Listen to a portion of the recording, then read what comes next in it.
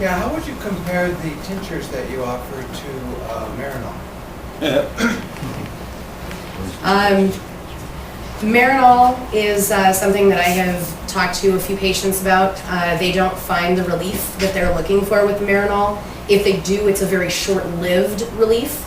It's a benefit for the nausea for a couple of weeks. They're going to have to, just like with any type of drug, prescription or non, you are going to have that resistance that ends up happening. By changing it up, you can actually, that's why there are so many different ways to use marijuana, and that's why it's so beneficial to do that, to change it up.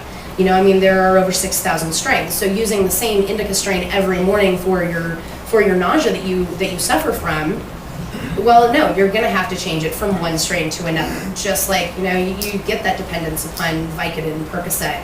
It works one way for one person and a completely different way for another. So, but a lot of the patients that we speak to, specifically with the Marinol, we find that it's a very short-lived relief, and they end up having to seek other means. Is it a synthetic, or is it is. Marinol is a synthetic form of THC. If you follow the current laws passed by the Boulder, why is it that people are still being prosecuted?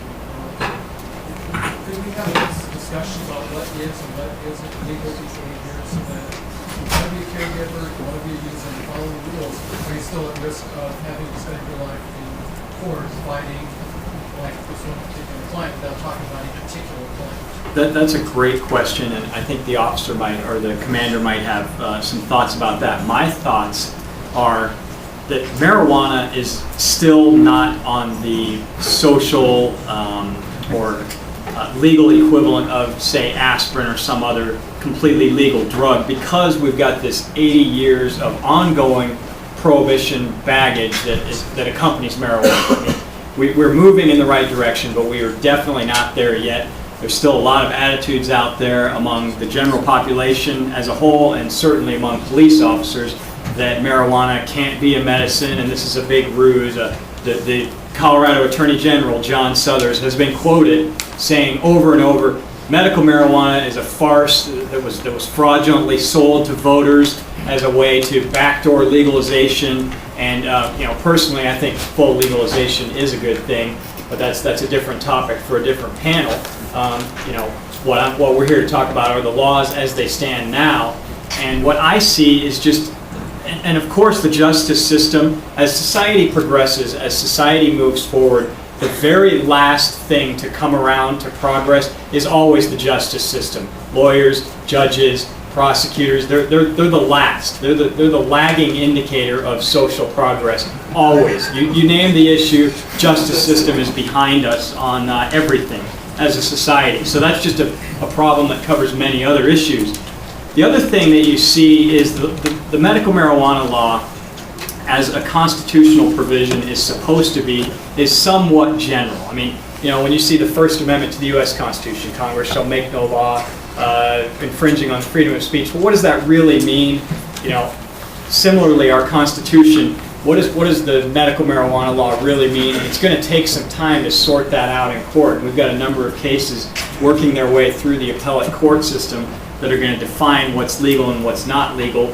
And you see a lot of prosecutors, the mentality of most prosecutors in this state is the same thing as our Attorney General, John Suthers. I mean, they say that this is a backdoor legalization that's been sold to the voters, and we've got to get them past that way of thinking.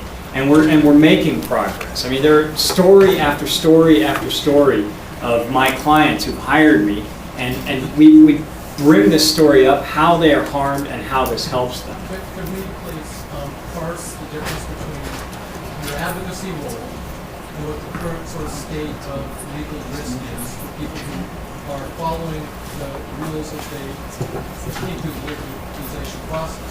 I understand your advocacy and passion, but I'm trying to understand what is the risk factor for somebody who follows the rules the current state today? Why are Okay. legal patients still being prosecuted? You may be asking the impossible because, to divorce my passion from I'm an advocate. I'm in court, I fight cases, I take a side, I'm on a side. But let me try to answer the question. The problems that you see are when people get into large quantities. That's most of the cases I have. Once you get past the hurdle of do you have your registry card, do you have your physician's recommendation or not, once you get past that hurdle, then most of the cases that come to me at my level are cases where people have more than their state guideline amount of 6 plants per patient and 2 ounces of usable medical marijuana per patient. Now, law enforcement calls that a limit. It's not a limit, it's only a guideline. The law actually says you can have as much as is medically necessary, all right? And for most people need more than 6 plants per patient. I mean, unless you're an expert grower, and there are many of those in this room, I know, unless you're one of those people. To answer that, I mean, our law lays down some guidelines, and if you are a licensed patient and you have 6 plants and 2 ounces, and you can have all the paraphernalia you want as well, and the police come to your house and they see that license, they have to leave you alone by law. And in fact, they can't destroy the medicine. If they confiscate it, they have to upkeep it. And I could tell a fun court case that Rob and I had about that at some point. I won't tell it now because I see we're very close to being out of time. But we do run into issues where people have 7 plants, 10 plants, 50 plants, 100 plants. They probably need it because it's medically necessary, but those are the cases that find their way into court. I think maybe we'll do one more question and end up. Is that okay? There'll be a panel on federal and state laws following right after this, so any of those questions can be brought to that panel. Would appreciate it. Let's hear ma'am? I just had one question for Tom. You said earlier that one of your jobs was to weed out the reputable versus the irreputable dispensaries. What criteria do you use to do that, since it's kind of a gray area in the law? When you say dispensary, you're talking about a home grower? Like the operation that you're running. Yeah. You know, in my experience, we've not investigated a single dispensary. We don't investigate dispensaries. What were you talking about then when you... I'm talking about the home grower that is a care provider. And what is your take on the dispensaries then? You know, I really don't have much of an issue with it. Like I said, I get into the methadone clinics. And I don't... They're going to have to follow the state laws and regulations, the health department. They're going to have to get business licenses, tax licenses, and all that stuff. We're not in that business. Thank you guys very much. I know everybody still has some questions. Fortunately, all the speakers are still